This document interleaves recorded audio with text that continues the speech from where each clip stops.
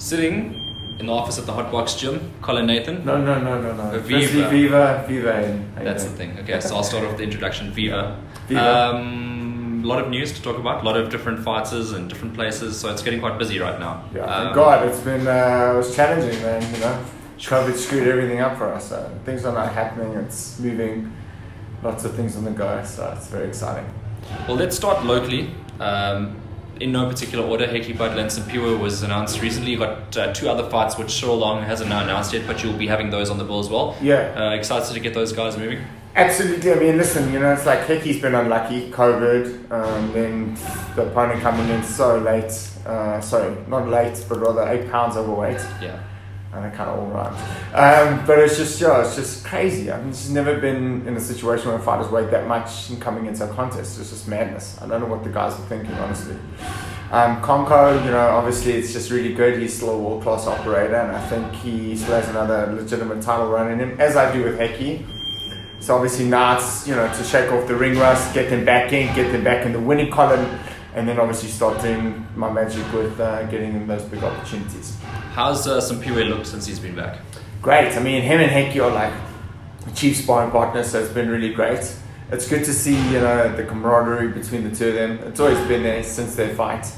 And it's just good to have decent sparring partners, you know. And it's good for me to know that, you know, like when I travel, I know they'll be training hard and that they obviously know each other really well and they'll be pushing each other, so I'm really grateful for that. Someone else that will be staying at home, who's travelled with you previously, Lorato Glamini. He's fighting a non-title contest against a Zimbabwean. Incredible 9-0-1. I mean, that's going to keep him busy. That guy can at least punch. It'll give him something to think about.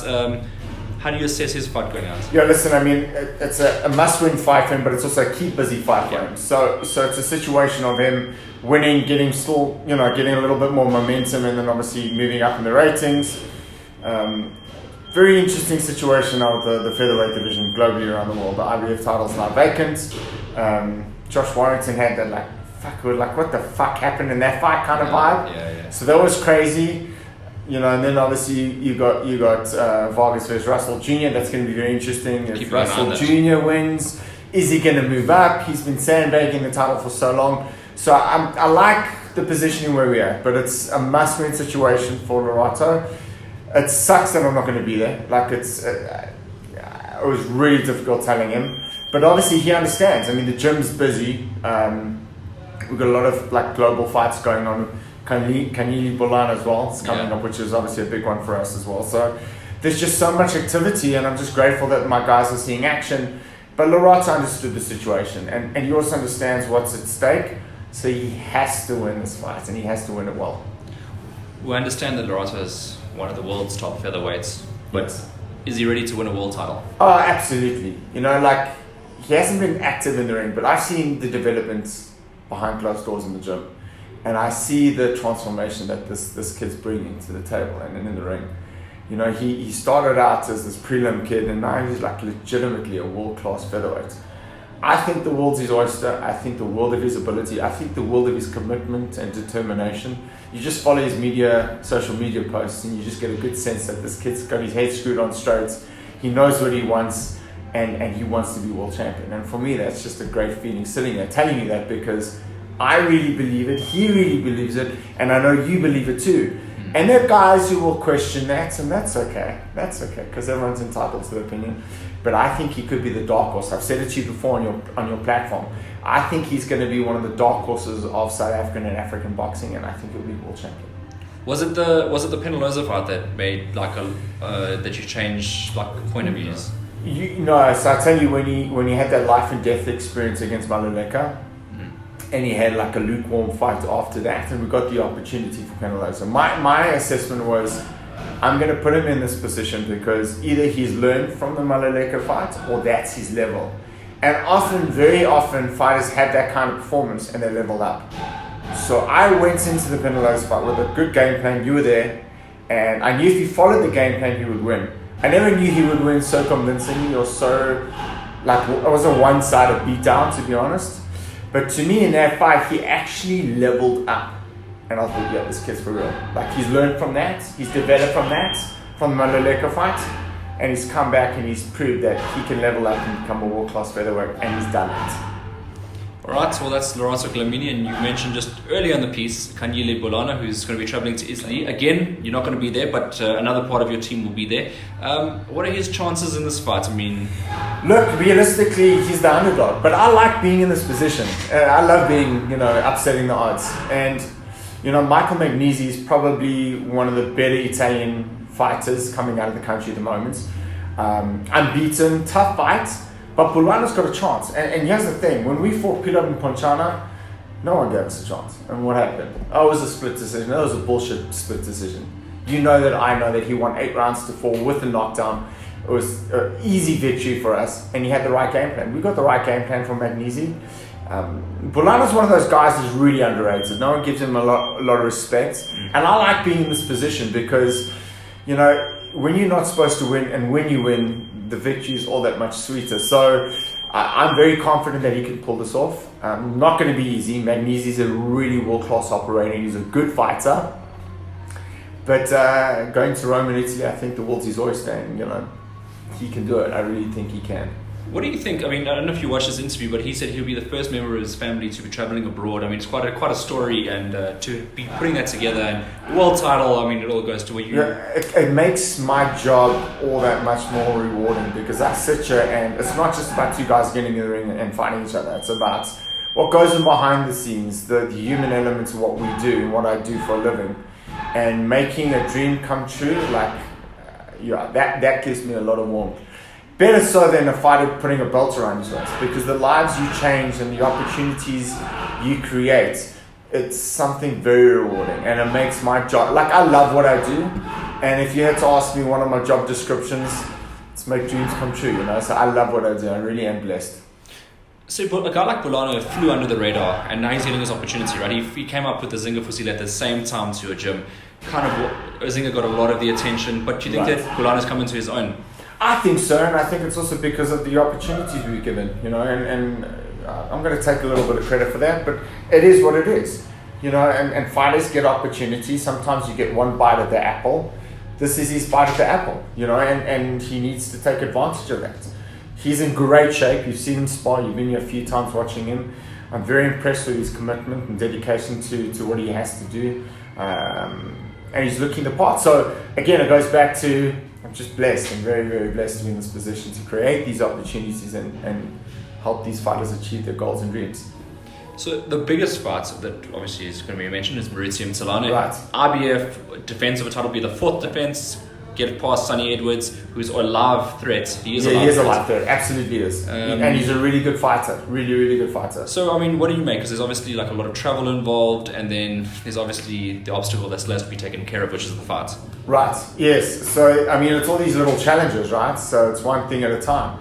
So inevitably, the biggest challenge obviously is the fight. So it's not easy being in this position, worrying about all the little challenges like the visa, getting out of a red zone country, going to a foreign country, COVID testing, going for another COVID test, when you go to the UK. So it's all these little challenges. And then, of course, we're going to Tunisia and it's Ramadan. So we need to find a gym that's open, that guys are not closed up for Ramadan. So those are little challenges. But I always told Maruti, I said, you do the training and the fighting, I do the stressing and the worrying. That's my job and responsibility. So, but going back to the main challenge, do I feel confident him beating Sonny Edwards? Yes, I do. Sonny's a really good fighter. Very tricky, quick hands, quick feet. But he's never leveled up to this opposition before in his life. Not career, but life, even as an amateur. Did well as an amateur. But he's never fought a seasoned, grizzled, hardened champion like Maruti. He's got quick hands, quick feet. Very tricky, very flashy in terms of style, but he's never fought anyone close to the caliber of Maruti Mthalane. And he's also never fought as a flyweight. Sorry, he's only fought once in 15 fights as a flyweight. The kid's growing. I think that's going to be to our advantage. I expect a tricky early start in the beginning, but once Maruti gets his momentum and starts catching Sonny, I think you're going to see the complexity of the fight change. Not giving away too much, but that's what I predict is going to happen with that. Outside of the fight, I mean, they're 2 completely different personalities. Right. One's on social media all the time, talking or going live on Instagram every day, and then you got Maruti, who doesn't post on social media, maybe the occasional post he puts, but he doesn't talk much. How do you make the difference between the characters? Again, it's just like different personality types. Sonny seems to be a lovely kid. He's just had a baby, so I want to congratulate him and his family. Hard-working kid as well. He's unbeaten. He's done well. He's a good, competent fighter. I believe he's world-class. I just don't think he's good enough to beat Maruti at this stage. But I think it's going to be a good fight. And going back to your question, different personality types. Like, I'm a good oak, you're an arsehole. There's nothing that you and I can do about that. No, I'm kidding. Oh. But on a serious note, I mean, that's what sells in boxing. You get the quiet guys who go into the ring and do the talking, like Triple G. He's one of those kind of guys. And then you get a guy like Sonny Edwards, and it works for him, and he's popular. So all respect to him. You can't knock that. You can't suppress someone's personality, and you also can't make them to be something that they're not. So I got to give respect to each and every single fighter who has their own unique personality and flair. And again, you got to say to the fighters, keep selling themselves, because that's how it works. Well, it's on a big platform: BT Sports, Queensberry Promotions, Frank Warren, right? So it's like it's not maybe Maruti's. I don't know. Does it go down as his biggest fights? No, I think the last one was a big platform. It was a big.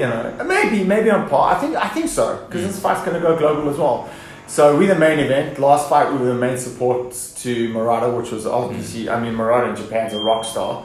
So we had 4 million people watching it live in Japan. Yeah.